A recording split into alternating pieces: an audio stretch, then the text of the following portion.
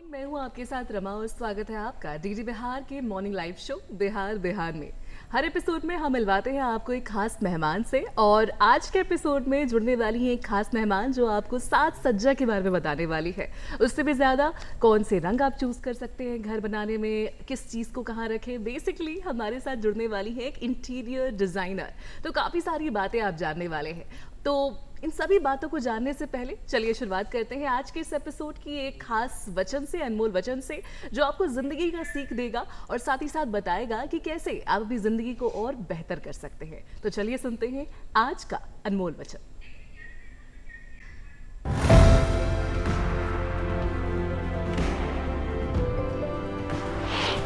सपने वो नहीं हैं जो आप नींद में देखें, सपने वो हैं जो आपको नींद ही नहीं आती। Doctor APJ Abdul Kalam.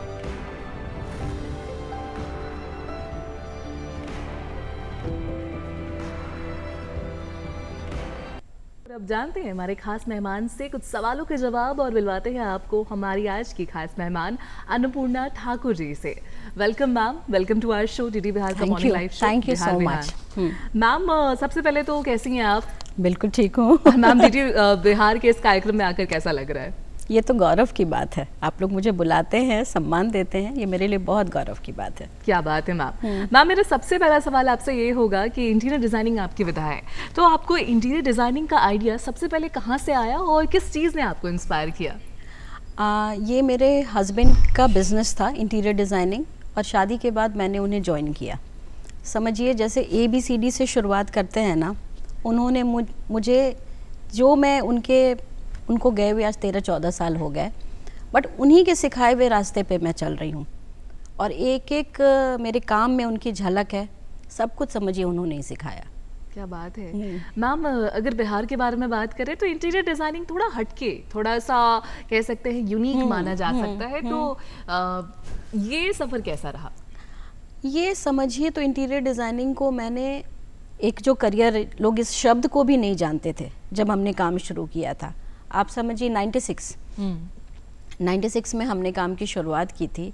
अगर हम इंटीरियर डिज़ाइनिंग कहते थे तो लोग कहते ये होता क्या है, क्योंकि उस वक्त लोग सिर्फ ज़मीन खरीदते थे, फ्लैट का भी कल्चर नहीं था, अगर आपको याद हो तो वो पहले तो उस कॉन्सेप्ट को समझाना, गिने चुने 3-4 नाम थे जो आज भी वेटरन्स हैं पटना में, और उनकी जो पहचान है वो बिल्कुल अलग है। आप ये समझो कि उस समय हम कहीं फंसते थे तो वो 3-4 लोगों के पास जाते थे और वो हमें सपोर्ट करते थे कि अनु ये काम ऐसे होगा, अगर ये दीवार तुम्हें टेढ़ी बनानी है तो किस तरीके से बनेगी। बिल्कुल रॉ था वो, तो हमने उसको आगे बढ़ते हुए देखा है पूरे इंटीरियर डिज़ाइनिंग के सफ़र को। आज तो मुझे नहीं लगता कि शायद ही कोई घर हो जो विदाउट इंटीरियर डिज़ाइनिंग बनता हो।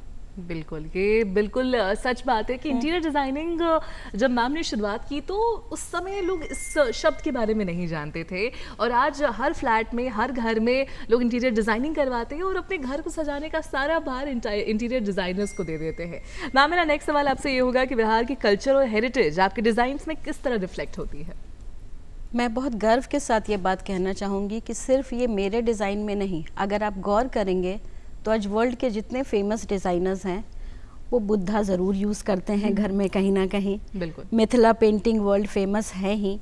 हमारे मधुबनी आर्ट में सन को बहुत अच्छे से यूज़ किया गया है, सन और फिश को। बिल्कुल। और आज पूरी दुनिया ये 3 चीज़, सन, फिश और बुद्धा, आप गौर करें तो इंटीरियर डिज़ाइनिंग में कहीं ना कहीं यूज़ होता है, चाहे वो जापानीज़ इंटीरियर डिज़ाइनिंग हो या इटालियन इंटीरियर डिज़ाइनिंग हो, हर जगह आपको बिहार का कल्चर रिफ्लेक्ट होगा। ये बात समझने में लोगों को देर लगेगी, लेकिन बिहार आज बहुत आगे था। बिल्कुल, क्या बात इसका है। जो पास्ट है उसमें जिस तरह से हिस्ट्री को या कल्चर को रिफ्लेक्ट किया गया है वो बहुत बहुत आगे। नालंदा यूनिवर्सिटी उसकी एग्जाम्पल है। और मतलब मुझे इतनी खुशी होती है, मैं किसी का भी घर बनाती हूँ ना, मेरे पास एक चीज़ ज़रूर होता है, मैडम बुक्स बहुत है हमारे यहाँ। और हम लोग जब सेमिनार में जाते हैं ना तो दिल्ली, बॉम्बे, कैलकाटा में जब मैं ये चीज़ बोलती हूँ ना कि मुझे बुक्स के लिए जगह निकालनी पड़ती है, तो उनको लगता है अच्छा बिहार में इतना पढ़ने का कल्चर है। क्या बात है मैम। नेक्स्ट क्वेश्चन आपसे ये होगा कि हर घर या ऑफिस की अपनी कहानी होती है। बिल्कुल। डिज़ाइन करते वक्त उस कहानी को आप कैसे कैप्चर करती हैं और कैसे दर्शाती हैं? वक्त के साथ जैसे मैंने बोला ना कि इंटीरियर डिज़ाइनिंग की जर्नी बढ़ी, मैंने क्या किया, एक क्वेश्चनायर रेडी किया है। किसी का भी प्रोजेक्ट मुझे लगता है कि अब मुझे इसका काम करना है, तो मेरे कुछ सवाल होते हैं। सपोज़ एक जिम डिज़ाइन करना है, तो जिम में कितने मेंबर्स होंगे, फ्यूचर इनको बढ़ाना है या घटाना है, उस हिसाब से स्कोप रखना है कि नहीं, ग्राउंड फ्लोर में पार्किंग चाहिए। मेरे 10-15 सवाल होते हैं, स्टैंडर्ड सवाल, और वो सवाल फिल होने के बाद ही हम उसका काम शुरू करते हैं। ओके, तो प्रैक्टिकलिटी को मुझे लगता है इंटीरियर डिजाइनिंग में काफ़ी महत्व दिया बिल्कुल, जाता है। अगर 4 लोग हैं घर में तो अलग तरह का किचन बनेगा, जॉइंट फैमिली है तो स्टोरेज ज़्यादा चाहिए, स्टोर रूम चाहिए, यूटिलिटी चाहिए, कितने गेस्टिंग हैं आपके यहाँ, उस हिसाब से आपके ड्राइंग रूम को जगह दी जाती है। मैम, कंफर्ट या क्रिएटिविटी किसको ज़्यादा महत्व देना चाहिए? मैं एनी डे कंफर्ट को देती हूँ, लेकिन अगर क्रिएटिविटी उसमें ऐड नहीं करूँगी तो मेरा उस प्रोजेक्ट में इन्वॉल्व होना ही गलत है। बिल्कुल, क्या बात पहले comfort with flings of creativity. Okay, तो जी हमने जाना किस प्रकार से इंटीरियर डिजाइनिंग में कंफर्ट, प्रैक्टिकलिटी, इन चीज़ों का ध्यान रखा जाता है कि कल के डेट में आपको ऐसा ना हो कि कोई समस्या है और फिर उस महंगे फर्नीचर को चेंज करना पड़े या फिर अपनी वॉल की पेंट के कलर को चेंज करना पड़े। हर चीज़ का फ्यूचरिस्टिक स्टाइल से ध्यान रखा जाता है। और इसी के साथ नेक्स्ट सवाल मैम आपसे ये होगा कि आपके हिसाब से एक परफेक्ट इंटीरियर का फॉर्मूला क्या है? स्टाइल ज़्यादा इंपॉर्टेंट है या कंफर्ट? ये तो हमने पूछ ही लिया, बट परफेक्शन अगर एक चीज़ कहें हम, तो वो परफेक्शन कब आता है? शायद बहुत कम लोग मेरी इस बात से सहमत होंगे, लेकिन अगर आप अपने घर को क्लटर फ्री रखते हैं ना, तो वो अपने आप में बहुत सुंदर लगता है। आप अपने वार्डरोब को खोलिए, उसमें सलीके से अगर कपड़े रखे हैं, एक तो आपको निकालने में आसानी होगी। जैसे मैं किसी का भी वार्डरोब अगर अरेंज करवाती हूँ, मैं एंड टू एंड सॉल्यूशन देती हूँ, तो मैं कपड़ों को भी कलर स्कीम से रखवाती हूँ। Okay, white, cream, yellow, green, blue, ऐसे करके। ये तरीका मैं तो एक बारी करके निकल गई, आप उसको फॉलो करते या नहीं करते आपके ऊपर है। क्लटर फ्री और लेस इज मोर, ये मेरा हमेशा का फंडा है। ओके, क्योंकि आज के दिन में ह्यूमन रिसोर्स है नहीं। मैं पूरी दीवार पे पतले पतले लाइंस दे दूं, सफाई कैसी होगी? ऐसी सीलिंग करवा दूं जहां जाले लगे तो कैसी होगी? तो जितना कम करें और सुकून हो। हम होटल में नहीं रहते, हम घर में रहते हैं। होटल में स्टाफ होते हैं बहुत, जो डेली सफाई करते हैं। तो हमारी इंटीरियर्स में इस बात का ध्यान देना बहुत ज़रूरी है कि जो भी चीज़ हम लगा रहे हैं वो मेंटेन हो पाएगी कि नहीं। बिल्कुल, ओके, ठीक तो है। जी हमने जाना किस प्रकार से जो फ़र्क होता है घर और होटल में, वो एक इंटीरियर डिज़ाइनर आपको समझा सकता है। और जितनी चीज़ें कम होती हैं घर में, उतना सुकून होता है मेंटली भी, और आपको चीज़ें रखने में, संभालने में भी कम परेशानी होती है। इसी के साथ मैम नेक्स्ट सवाल आपसे ये होगा कि बजट और क्रिएटिविटी का बीच का बैलेंस ये तय करना कितना मुश्किल होता है? माय गुडनेस, ये तो ये इस चैलेंज को हम आज भी झेल रहे हैं, और इनफैक्ट मैं कहूँगी वक्त के साथ ये बढ़ रहा है। क्योंकि पहले लोगों को चीज़ें नहीं दिखती थी, आज समझिए कि इतने सारे चैनल्स आ गए हैं, लोग दिन रात बस अच्छी चीज़ें देख रहे हैं। आप बताओ, टीवी पे आपको कोई भी घर खराब दिखता है? बिल्कुल नहीं। गरीब का भी घर दिखाएंगे तो वो भी अच्छा ही दिखेगा। तो लोग अब कम पैसे में हमसे बहुत ज़्यादा डिमांड करने लग गए हैं, और कहते हैं हम डिज़ाइनर से करा रहे हैं तो हमारा काम अच्छा होना चाहिए। हम 5 लाख में 50 लाख का काम नहीं कर सकते, और ये हमारे लिए, इनफैक्ट मैं बोलूँगी जितने भी इंटीरियर डिज़ाइनर्स काम कर रहे हैं उनके लिए सबसे बड़ा चैलेंज है। तो मैम एक अप्रॉक्स बजट क्या होता है किसी भी क्लाइंट का? डिपेंड करता है। बाकी हम लोग कोशिश करते हैं कि पहले बजट जान लें और उसमें क्या उनकी प्रायोरिटीज़ है वो फिक्स कर दें। अगर आपका बजट 10 है तो हम उसमें क्या क्या बेस्ट दे सकते हैं, या आपको कॉम्प्रोमाइज़ क्या क्या दे सकते हैं, ये बात डिस्कशन बहुत होनी ज़रूरी है। हम 10 में 50 का काम करके नहीं दे सकते। बिल्कुल। 10 में भले हम 15 का काम दिखा दें, बट 50 नहीं कर सकते। 50 नहीं कर सकते। क्या आपको लगता है कि मोबाइल फ़ोन होने से जितना एक्सपोजर है उस हिसाब से लोग और भी चीज़ें जान रहे हैं और इस कारण और भी डिमांड है? 100% सही बात है आपकी, क्योंकि पहले हम बस डिज़ाइन दिखाते थे, आज हमारा उल्टा सवाल होता है। जब कोई डिज़ाइनर आता है, आपको क्या चाहिए? वो हमें 100 ड्राइंग रूम की रेफरेंस देंगे, 10 बाई 10 का रूम हो दिखाएंगे 20 बाई 20 का। तो पहले तो उनको एडुकेट करना होता है कि ये सोफ़ा आपके यहाँ नहीं सेट हो सकता, ये वार्डरोब आपके यहाँ नहीं सेट हो सकती, ये डिज़ाइन है, इसमें से चुनिए। अब हम 4 डिज़ाइन देते हैं, वो हमें 40 दिखाते हैं। बिल्कुल, ये तो चैलेंजेस हैं। हमने जाना किस प्रकार से एक डिलेमा होती है इंटीरियर डिज़ाइनर और साथ ही साथ जो कस्टमर है उन दोनों के बीच में, तो मैम उस वक्त आप कैसे कन्विंस करती हैं कस्टमर्स को? मुझे समझाना पड़ता है, भगवान ने पेशेंस दी है बहुत पेशेंस दी है, क्योंकि जब भी हम इस प्रोजेक्ट पे डिस्कस कर रहे होते हैं तो फैमिली के सारे मेंबर्स बैठे होते हैं। व्हाट्सएप आने से एक सुविधा क्या हुई है कि जैसे ही हमारा प्रोजेक्ट फाइनल होता है हम एक व्हाट्सएप ग्रुप बनाते हैं, ताकि फैमिली के सारे मेंबर्स उस पर, सपोज मैंने कोई डिज़ाइन शेयर करी, बेटा लंदन में बैठा है उसको कुछ चाहिए, बेटी दिल्ली में बैठी है उसको कुछ चाहिए, माँ गांव में है, फादर जमुई में है, तो चारों का तालमेल बिठाना करना आज के दिन में हम क्रिएटिविटी से ज़्यादा बैलेंस करने में बिजी होते हैं। कभी कभी आपको फैमिली साइकोलॉजी भी समझने में बिल्कुल मैं अभी आज इनफैक्ट आज सुबह एक बात हो रही थी, दोनों बेटे उनके लंदन में हैं और फादर ने यही लाइन यूज़ की, मैं मुकेश अंबानी नहीं हूँ कि मैं इतने पैसे लगाऊं, बट मुझे मेरा घर सुंदर चाहिए। तो मैंने कहा फिर अपने बजट में करिए। ये प्रॉब्लम है और ये लगातार रहेगी, और ये बैलेंस बिठाना ही आज के दिन में इंटीरियर डिज़ाइनर्स का काम है। तो जी आपने जाना किस प्रकार से घर जो होता है वो पूरे परिवार का होता है, और ऐसे में परिवार का हर सदस्य खुश होना चाहिए, और ये जिम्मेदारी भी इंटीरियर डिज़ाइनर के ही कंधों पर होती है। काफ़ी सारी चीज़ों से डील करना पड़ता है और इन सब के बीच घर को सुंदर बनाना पड़ता है। हम इसी के साथ वन बाय वन आपको कुछ चीज़ों के बारे में पूछना चाहेंगे। सबसे पहले हम कलर्स के बारे में पूछना चाहेंगे, किस तरह के कलर्स अपने रूम में करवाने चाहिए, लिविंग रूम में करवाने चाहिए, ताकि खुशहाली हो, पीस हो, तो ये सजेस्ट करें। जितने लाइट टोन को यूज़ करेंगे, पेस्टल कलर्स को यूज़ करेंगे, एक तो आपका मन नहीं उबेगा। सपोज आपने ब्राइट ग्रीन करा दिया, ब्राइट ब्लू करा दिया, तो आप दीवार के कलर जल्दी नहीं चेंज करते। जी मैम। तो हम डल कलर्स ही यूज़ करते हैं। डल मैंने इसलिए यूज़ किया कि वो बाकी चीज़ों को अब्जॉर्व कर लेता है। आपको पॉपअप करना है, आप कुशन से कीजिए, कर्टन से कीजिए, एक मल्टी कलर पेंटिंग से कीजिए जिसको आप बदल सकते हैं। बट जो चीज़ें नहीं बदलने वाली हैं, फ्लोर, सीलिंग, दीवार के कलर भी बदलते हैं, बट वो डार्क होने से कमरा छोटा लगने लगता है। बिल्कुल। तो बेसिक चीज़ें जितने न्यूट्रल कलर्स में जाएं, और बाकी कलर का इस्तेमाल हम बस हाइलाइटर्स की तरह यूज़ करें। अभी आपसे पूछना चाहेंगे फर्नीचर के बारे में। कभी कभी हमें बहुत सारी चीज़ें चाहिए पर स्पेस भी उतना ही कम होता है, तो इस चीज़ को कैसे डील कर सकते हैं? ये एक चैलेंज है जिसका टेक्नोलॉजी ने बहुत अच्छा जवाब दिया है। आजकल ज़्यादातर स्लाइडिंग वार्डरोब्स बनते हैं। दरवाज़ा खोल करके सामान निकालने में हमें स्पेस ज़्यादा चाहिए। बिल्कुल, हाँ। तो मैक्सिमम घरों में आजकल स्लाइडिंग वार्डरोब्स हो गई है, पुल डाउन टेबल्स हो गए हैं। मैम, पुल डाउन टेबल्स क्या होता है? ये जैसे डाइनिंग टेबल दीवार पे लगी हो, जो एक पेंटिंग की तरह लग रही हो। आपको जब ज़रूरत हो तो बस आप उससे पुल, बस एक बटन प्रेस करना है, वो पुल डाउन टेबल हो जाएगी।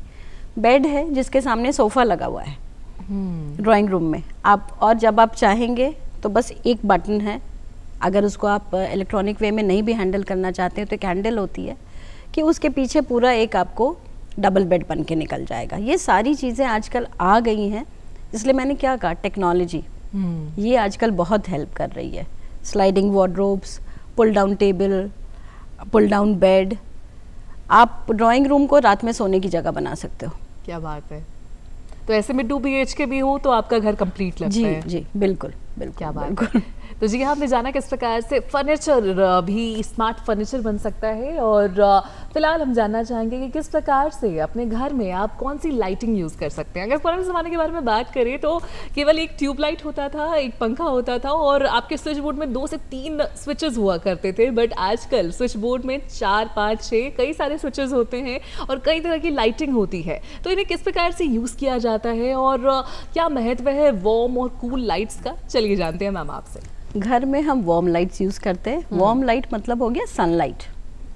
टेक्निकल भाषा में इसे 4K बोलते हैं। 6K हो गई कूल लाइट्स। तो वार्म लाइट घर में होने से ना आपको हमेशा वार्मथ, जल्दी गुस्सा नहीं आएगा या चीज़ें बहुत कोजी लगेंगी। तो घर में अगर प्रॉपर इंटीरियर डिज़ाइनर होगा तो वो हमेशा 4K लाइट्स ही यूज़ करेगा। आप मार्केट से उठा के लाते हो तो 6K भी लगा लोगे। कई जगह आपने देखा होगा रेड कलर की स्ट्रिप्स दिख रही है, ब्लू कलर की दिख रही है, तो ये डिफरेंशिएट करना समझना पड़ेगा। वास्तु के अकॉर्डिंग भी कई लोग लाइट्स चाहते हैं, इस पर्टिकुलर पॉइंट पे मुझे रेड लाइट चाहिए, तो हम क्या करते हैं वहाँ पे एक लंबी सी लैम्प शेड दे देते हैं। और जैसे मैंने आपको बोला कि टेक्नोलॉजी फर्नीचर में है, सेम लाइट को हम 3 बार बटन प्रेस करने से 3 कलर में ला सकते हैं। ओके। ड्रेसिंग टेबल के ऊपर आप ऐसी लाइट लगा सकते हो कि अगर आप दिन के हिसाब से तैयार हो रहे हो तो वो 4K होगी। ओके। रात में लाइट डिम होती है, उसी स्विच को एक बार और प्रेस करोगे तो वो रात के हिसाब से आप तैयार हो सकते हो। क्या बात है। तो ये बहुत ऑटोमेशन है, इतनी गर्मी है, आप गाड़ी जैसे ही आपने स्टार्ट करी आप अपने मोबाइल से अपनी एसी को ऑन कर सकते हो। तो मतलब टेक्नोलॉजी का भी काफी खास बहुत आज इंटीरियर डिजाइनर्स को अगर जितनी मॉडर्न चीजें हैं उनका ज्ञान नहीं हो तो फिर हमारा काम बिल्कुल बेकार हो जाएगा। क्या बात है। तो जी हाँ, इंटीरियर डिजाइनिंग के बारे में बात करें तो केवल साज सज्जा तक ये चीज़ें सीमित नहीं होती है, आपको टेक्नोलॉजी के बारे में ज्ञान होना भी इम्पॉर्टेंट है और साथ ही साथ साइकोलॉजी के बारे में भी, क्योंकि जी हाँ, लाइटिंग का भी खास कह सकते हैं प्रभाव पड़ता है आपकी मानसिक तौर और कह सकते हैं संतुष्टि पर और पीस पर। तो इसी के साथ मैम नेक्स्ट क्वेश्चन आपसे ये होगा कि आपने वास्तु का जिक्र किया। हाँ। अगर वास्तु के बारे में बात करें तो इंटीरियर डिजाइनिंग और वास्तु को अगर देखा जाए साथ में तो क्या दोनों दोस्त हैं या फिर टकराव होते रहता है? टकराव होता है, बट 4 बेसिक पॉलिसीज है जिसको हम एकदम फॉलो करते हैं चाहे कुछ भी हो जाए। कुकिंग मोस्टली ईस्ट फेसिंग ही करते हैं। पूजा का स्थान है, आपके बाथरूम में पॉट की प्लेसमेंट है, मेन डोर हमारे हाथ में नहीं होता है, आपका सर हमेशा साउथ होना चाहिए। ये 4 वास्तु तो एकदम मंदिर की जगह, किचन की जगह, बाथरूम का प्लेसमेंट और सोने का आपका सिरहाना किस तरफ है, ये 4 वास्तु तो हम कुछ भी करके फॉलो कर सकते हैं। बिल्कुल करना है, एकदम करना है और करना चाहिए भी। लेकिन दरवाज़ा हर को तो ईस्ट फेसिंग नहीं मिलेगा, हर को तो नॉर्थ फेसिंग नहीं मिलेगा, तो हम साउथ और वेस्ट वाले को मायूस तो नहीं करेंगे। बिल्कुल। तो उसमें भी वास्तु के टिप्स होते हैं, आप क्या डाल करके उसके वास्तु की रेमेडी कर सकते हैं। तो वास्तु का भी ज्ञान होना चाहिए। हाँ बिल्कुल, अगर आपको वास्तु का ज्ञान नहीं होगा, आप नॉर्मल भी आपकी तबीयत खराब होगी ना तो आप हमें नहीं ब्लेम करेंगे। बट अगर किसी ने आके बोल दिया अरे यार तुम्हारा तो सोने का जगह ही गड़बड़ है इसीलिए तुम बीमार पड़ रहे हो, सीधा हमारे पास फ़ोन आएगा, मैम आपने क्यों नहीं ध्यान रखना, हम तो एक्सपर्ट के पास आए थे। तो 4-5 वास्तु की तो चीज़ें हमें करनी ही पड़ती है और करनी भी चाहिए। At least you are mentally strong कि नहीं मेरे घर का वास्तु बिल्कुल ठीक है। वो कैसे कहते हैं, आपने ब्लैंक चेक दे दिया, आपको पता है कि वो चेक आपके पास है तो आप कुछ भी कर लोगे। उसी तरीके से वास्तु घर का ठीक होता है ना, तो मेंटली जो लोग उसमें रहते हैं वो स्ट्रांग होते हैं। अच्छा हम बिजनेस में ये रिस्क लेंगे तो हम राइज करेंगे, हम एग्जाम देंगे तो पास कर जाएंगे कि हमारे घर का वास्तु बिल्कुल परफेक्ट है। तो it works like this. Ma'am how did you prepare yourself, क्योंकि वास्तु के बारे में भी जानना, टेक्नोलॉजी के बारे में भी जानना, क्या ये जर्नी इवॉल्व करते हुई कि आपने पढ़ाई की? ये इवॉल्विंग जर्नी है मेरी, क्योंकि हम समझिए साल में 5-6 सेमिनार्स अटेंड करते हैं। जैसे डॉक्टर्स को MR एंटरटेन करते हैं, ये केमिकल है इससे ये दवा बनी, हम लोग इंटीरियर डिज़ाइनर्स के लिए कभी जयपुर जाना होता है, ये नया प्रोडक्ट निकला है इसकी ये चीज़ें हैं, कभी हमें ले जाते हैं कश्मीर कि अच्छा ये वुड यूज़ कर सकते हैं, ये इको फ्रेंडली है। तो हमारे ना 5-6 सेमिनार साल में होने ही होने हैं और वो हमें काफ़ी हेल्प करती है। क्या बात है, क्या बात है। सो जी हाँ, ये हमने जाना किस प्रकार से इंटीरियर डिज़ाइनिंग के सेमिनार्स भी काफ़ी ज़्यादा इंपॉर्टेंट होते हैं, इन्हें अटेंड करना चाहिए। अगर आप एक इंटीरियर डिज़ाइनिंग है और ये शो देख रहे हो, मे बी आप अपने शेड्यूल के कारण स्किप कर देते होंगे, तो इन सेमिनार्स में आपको काफ़ी कुछ जानने का मौका मिलता है। इसी के साथ नेक्स्ट सवाल मैम से ये होगा कि मैम कोरा कागज़ होता है तो लोग उस पर काफ़ी सारी चीज़ें ड्रॉ कर लेते हैं, पर अगर कोरा कागज़ नहीं हो, उसमें ऑलरेडी काफ़ी सारी चीज़ें बनी हुई हैं, उनको इरेज करना है, सबट्रैक्ट करना है, एडिशन करना है, तो एक बने बनाए घर में मे बी वो घर ओल्ड स्टाइल में है, तो फिर आप उसे कैसे चेंज करते हैं? ये मुश्किल सफ़र होता है, लेकिन जब हम लोग बिफोर और आफ्टर देखते हैं ना, तो जो सेंस ऑफ अचीवमेंट है ना वो कोरे कागज़ पे काम करने से नहीं आती है। क्या बात है। पटना सिटी के घर में हमने बहुत घर किया है बिफोर एंड आफ्टर, और मैं जब आपको पिक्चर दिखाऊंगी ना तो आपको लगेगा कि अच्छा ये घर पहले ऐसा था अब ऐसा हो गया। क्या बात है। उसमें मुश्किल बहुत आती है, क्योंकि एक तो पुराने इमोशंस हैं, ग्रैंड पेरेंट्स या पेरेंट्स, इस सोफ़े को मत हटाओ, ये तुम्हारे दादाजी लेके आए थे, ये महाराज ने गिफ्ट किया था, और वो जा नहीं रहा इंटीरियर्स के साथ, तो उसको मंदिर का बेस बनाना है या सीढ़ी के पायदान में यूज़ करना है।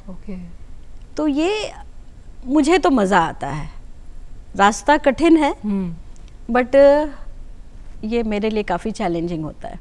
तो जी हाँ, सफ़र जितना कठिन होगा मंजिल उतनी ही खूबसूरत होती है। और इसी के साथ आजकल नेचर पर काफ़ी ज़्यादा ध्यान दिया जा रहा है, एनवायरनमेंट पर काफ़ी ज़्यादा ध्यान दिया जा रहा है। तो मैम अगर बात करें हम यहाँ पर सस्टेनेबल और इको फ्रेंडली डिज़ाइन के बारे में जो काफ़ी ट्रेंड में है, तो क्या आप अपने प्रोजेक्ट्स में इसे अडॉप्ट करती हैं? बिल्कुल करती हूँ, क्योंकि ये हमारा कहीं ना कहीं प्रकृति के तरफ एक हमारा कर्तव्य है। घर में भी हमें करना चाहिए, पानी वेस्टेज ना करें, बिजली वेस्ट ना करें, ये मेरे ख्याल से हर नागरिक को करना चाहिए। It's not only about interiors designing. अब बात करें सस्टेनेबल चीज़ों की और इको फ्रेंडली चीज़ों की, कोई भी ऐसी चीज़ जो हमारी प्रकृति को नुकसान पहुंचाती है उसको ना इस्तेमाल करें। प्रैक्टिकली ये पॉसिबल नहीं है, फिर भी जो चीज़ें हम लोग करते हैं, एक है कि नेचुरल वुड को यूज़ करना हमने बंद कर दिया है। ओके, तो फिर सागवान, टीक ये सब नहीं यूज़ करते अब। हाँ, एकदम कोशिश करते हैं, क्लाइंट चाहता भी है, एक तो वो सोने के बराबर महंगा है। हम क्लाइंट को कॉस्ट का बोल करके, वास्ता देख करके कि भाई कारीगर अब ढंग के नहीं है, आप जो पैसा उधर लगा रहे हो वो इसमें मत लगाओ, कुछ करके, क्योंकि हमारा मन नहीं मानता पेड़ का काट करके वो करना। आजकल आर्टिफिशियल जो उसके बुरादे होते हैं ना पेड़ के, उससे बनते हैं वुड। ओके, HDMR है, रिलायंस वुड्स है, प्लाई है, ये यूज़ करते हैं। सेकंड, जहाँ जगह मिले वहाँ सोलर पैनल्स ज़रूर सजेस्ट करते हैं कि बिजली की खपत थोड़ी कम हो। जूट जितना यूज़ कर पाए, रैटिन जितना यूज़ कर पाए। मैंने कहा ना, प्रैक्टिकली पॉसिबल नहीं है। छोटा सा भी घर हो, एक तो गार्डन की चाह सबकी बढ़ गई है, तो मैं कोशिश करती हूँ ग्रीन कॉर्नर दे दूँ कि कुछ तो पेड़ आए, कुछ जगह हो, मिट्टी हो, पानी हो, वास्तु का बोल के।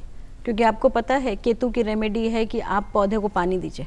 ओके, केतु राहु जो होता है किसी का भी भारी होगा, अगर वो ग्रीन पत्ते को डेली धोए तो वो एक उसकी बहुत बड़ी रेमेडी होती है। ओके, तो कुछ भी बोल करके मैं छोटा कॉर्नर, बड़ा कॉर्नर, गार्डन ज़रूर क्रिएट करती हूँ। बालकनी, एंट्रेंस, टेरेस, गेट के पास, कहीं भी। ये 3-4 चीज़ें मेरी तो कोशिश रहती है। मैम वैसे तो आप एक इंटीरियर डिज़ाइनर है, ये आपसे पूछना नहीं चाहिए, बट स्टिल कस्टमर्स को, एक दर्शकों को आप क्या कहना चाहेंगे जब वो इंटीरियर डिज़ाइनर से डील करते हैं? कुछ ऐसे टिप्स एंड ट्रिक्स जिनका ख्याल रखना चाहिए, ऐसा ना हो कि अरे ये तो बताना भूल गए और फिर घर भी बन जाए। जैसे वकील और डॉक्टर से झूठ नहीं बोलना चाहिए ना, इंटीरियर डिज़ाइनर से भी अगर आप झूठ नहीं बोलेंगे तो आपका प्रोजेक्ट अच्छा होगा। झूठ किस सेंस में? अगर आप जैसे कोई भी काम करते हो, आप मार्केट में साड़ी खरीदने जाते हो, आपको पता होता है कि 10 आपने बजट सोचा है, आप 12 भी बढ़ जाते हो, 15 भी बढ़ जाते हो, बट आपको अपर लेवल मालूम है कहाँ तक आप बढ़ सकते हो। आप 10 की सोच के 1 लाख की साड़ी नहीं लोगे। उसी तरीके से अगर आपने सोचा हुआ है कि मुझे 10 खर्च करना है, मैं 15 तक जा सकता हूँ, वो लिमिट दीजिए। मुझे बाकी डिज़ाइनर्स का नहीं पता, बट मैं उसी में बेस्ट करूँगी।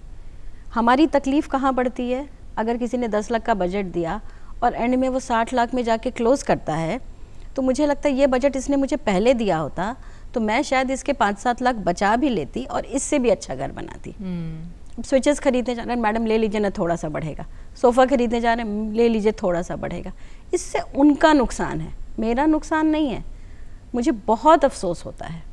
ओके, तो जी हाँ, बिल्कुल आपको इंटीरियर डिज़ाइनर से भी झूठ नहीं बोलना चाहिए। जितना आप स्ट्रेच कर सकते हैं एग्जैक्ट आप वो अमाउंट ज़रूर बताएं ताकि इंटीरियर डिज़ाइनर्स अपना बेस्ट दे सकें। इसी के साथ मैम नेक्स्ट सवाल आपसे ये होगा कि बिहार के लोगों का टेस्ट इंटीरियर डिज़ाइन को अगर बात करें तो फिर कैसे इवॉल्व हुआ है? वक्त के साथ इवॉल्व हुआ, क्योंकि पहले लोगों को लगता था कि इंटीरियर डिज़ाइनर को एंगेज किया है तो चारों दीवार पे कुछ होना चाहिए। बिल्कुल, हाँ। हमने इनको भरा भरा होना सब कुछ भरा। मैम लगता ही नहीं कि आपका काम है, लगता ही नहीं आपका काम है, आपने ये कॉर्नर खाली छोड़ दिया। ये स्ट्रगल मुझे इनिशियली बहुत ज़्यादा करना पड़ता था। रात में वाइफ का फ़ोन आता था, हमारे हस्बैंड बोल रहे हैं पैसा लगा दिया, दिख नहीं रहा है। वो सवाल अब मेरे आने कम हो गए हैं।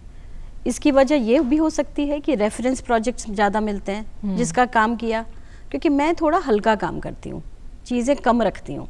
आपने उसका देख के काम दिया मुझे, इसका मतलब आप मेंटली प्रिपेयर्ड हो ये कैसा काम करेंगी। बाकी चीज़ें बहुत बदली हैं।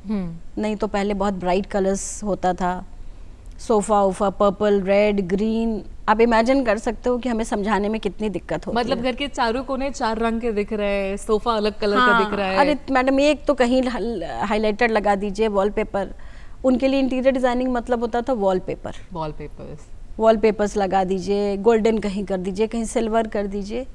ये जद्दोजहद हमारी वक्त के साथ कम हुई है, शायद नए जनरेशन की वजह हो सकती है। लोगों ने अब इंटीरियर डिज़ाइनिंग के प्रोजेक्ट ज़्यादा देखने शुरू कर दिए हैं, इसलिए ये हमारी स्ट्रगल थोड़ी कम हुई है। मैम, ऐसा कभी सुनने का मौका मिला कि घर को होटल बना दीजिए, तो फिर आपका जवाब क्या होता है? मैं कन्विंस करने की कोशिश करती हूँ, अगर वो कन्विंस हो जाते हैं समझाते तो सही बात है, नहीं तो मुझे होटल बनाना पड़ता है। मैम, आखिरी सवाल आपसे ये होगा कि आपके लिए इंटीरियर डिज़ाइनिंग एक नौकरी है या आर्ट फॉर्म है, ये ज़रूर दर्शकों को बताएं। इंटीरियर डिज़ाइनिंग मेरे लिए ऑक्सीजन है। ऑक्सीजन है, बिल्कुल। आप बस यही समझ जाइए, क्योंकि सुबह 6 बजे मेरी आँख खुलती है ना, मैं उस समय से अपने काम में लग जाती हूँ कि कौन सा लेबर पहुँचेगा नहीं पहुँचेगा।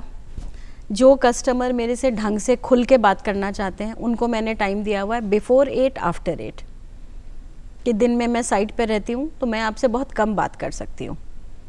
तो 6 to 8 मॉर्निंग आवर्स और रात में 8 से 10 कि आपको बहुत बातें करनी है, बहुत कुछ समझना है, आप फ़ोन पे ही बात कर सकते हो। तो ये 4 घंटे उन कस्टमर्स के लिए हैं, क्योंकि मेरा सब कुछ समझिए यही है। एक बेटी है, she is well settled, architect है, वो भी अच्छा काम कर रही है। तो अगर मेरे पास काम ना होना तो शायद मेरे लिए सस्टेन करना मुश्किल हो जाए। क्या बात है। तो जी हाँ, एक महिला के मुंह से ये सारी चीज़ें सुनना थोड़ा सा आपको आश्चर्यचकित कर सकता है। लेबर, साइट, क्योंकि महिलाओं को अक्सर घरों तक ही सीमित किया करके रखा गया है और वे फिलहाल घर से निकलकर दूसरों के घरों को बनाना, ये काफ़ी ज़्यादा दिलचस्प बात है। इसी के साथ हम अन्नपूर्णा ठाकुर जी को धन्यवाद करना चाहेंगे। Thank you so much ma'am. Thank you ma'am, हमारे शो में आने के लिए और इतनी सारी कह सकते हैं बिल्कुल मिनिस्क्यूल बातें बताने के लिए, छोटी छोटी बातें बताने के लिए, जिससे अपने बड़े से घर को सुंदर बना सकते हैं। मैम, मेरा शायद कुछ ज़्यादा ही है काम की तरफ रुझाव, इतना भी नहीं होना चाहिए। फैमिली आपको बैलेंस करके काम करना चाहिए, ये मेरी हर महिला के लिए। लेकिन चूंकि मेरे साथ क्या है कि मैं पेरेंट्स के साथ रहती हूँ, by God's grace parents healthy हैं, अपना ध्यान रख सकते हैं, मुझे उनको हर चीज़ नहीं देखनी पड़ती है। तो काम ही एक ऐसा रास्ता है जिससे मैं अपने दुख को भूल पाती हूँ और अच्छे से काम कर पाती हूँ। बट अदरवाइज कोई भी महिला क्रिएटिविटी के लिए जानी जाती है। जी बिल्कुल। महिलाओं के लिए ये बहुत ही अच्छा काम है, क्या बात उनको है। जरूर जुड़ना चाहिए। तो जी हाँ, आपने जाना किस प्रकार से महिलाओं के लिए इंटीरियर डिजाइनिंग काफ़ी अच्छा काम हो सकता है। और इसी के साथ मैं रमा आपसे फिलहाल विदा लेती हूँ और मिलेंगे एक नए एपिसोड में एक नई कहानी और एक नए गेस्ट के साथ, जहाँ पर आपको काफ़ी कुछ सीखने का मौका मिलेगा। और आज का एपिसोड इंटीरियर डिजाइनिंग पर बेहद ही खास रहा। चलिए मिलते हैं एक नए एपिसोड में। धन्यवाद।